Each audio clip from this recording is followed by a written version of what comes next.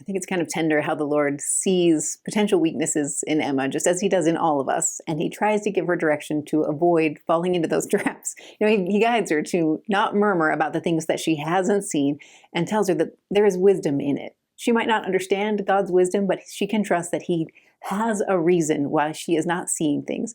We make a lot of assumptions about what she did not see, and I don't think we really know exactly what the Lord is referring to there, but she certainly had to go without a lot of things in her life. So I think you want to take some time before this object lesson, or before you play it out, to actually talk to your kids about Emma.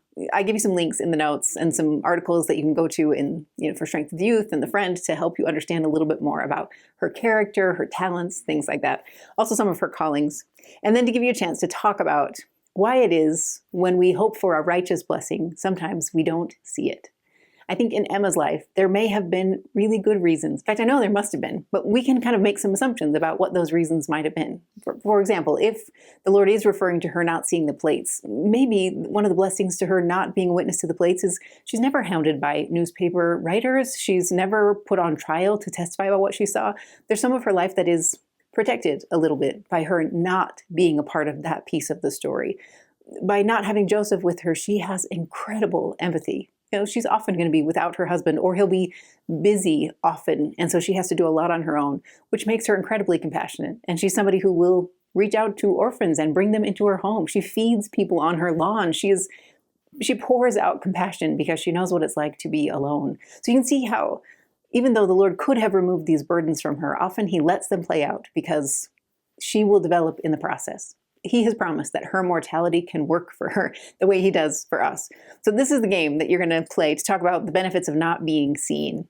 It's kind of a ridiculous game, but I'm hoping it's something that your kids will laugh at and have fun with, and it will help them remember Emma's story. If you haven't seen it before on social media, this is a game where you're basically going to take a phone. It's called Hide from the Camera Challenge, because you put your phone in selfie mode, and then the rules are you're going to set your phone on something, usually like on a mantle or a counter. You can even put it low down on the ground. But you have to get all the people in that shot. So everybody has to be standing so that they can see their head in the selfie camera on the screen. Then you change the settings so that you're setting it to the countdown version of your, like, to take a picture. So you can give yourself 5 seconds or 10 seconds. For us, we usually did 10. But you're going to set the timer and then hit go. As soon as you hit that little shutter button, everybody has those 10 seconds to hide. They have to actually stay within the shot. Like, I can't run into a bathroom that's out of the shot. I can't dart around the corner. I have to stay where the camera could technically see me, but I have to hide behind something that will obscure the view. So in our case, in the living room, the kids would hide behind the couch really fast, or they would go and hide behind the pantry door. But the trick is you only have those 10 seconds to get in position. And then as soon as those 10 seconds pass and the camera automatically takes a shot, everybody goes back to the phone to see if their hiding spot worked.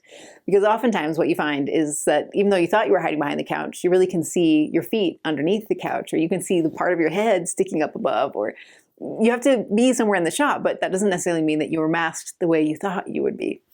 Then you start over. So usually if somebody gets caught on camera, then that person is going to hit the shutter for the next round and you play again. They can change the vantage point. It's kind of fun sometimes to put it down low on the ground. We had one where we put it low on the ground and everybody tried to jump to stay out of the shot. And you can see some people could jump better than others.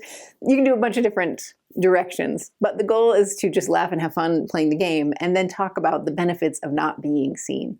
In Emma's life in particular, there are reasons behind why she doesn't see certain things, certain blessings in her life that she probably hoped for, which were righteous blessings God turned to work for her good. And then I'm hoping that opens up a conversation with you and the kids in your class or in your family to talk about blessings you wanted to see that still have not materialized in your life, and how the Lord has taken that adversity and helped work it together for your good. Sometimes we hope to see miracles in our life, and sometimes those miracles go unseen. But usually God has some grander plan in mind. So I'm hoping this gives you a chance to testify about where you've seen that and inspire your kids to look at their adversities in a new way.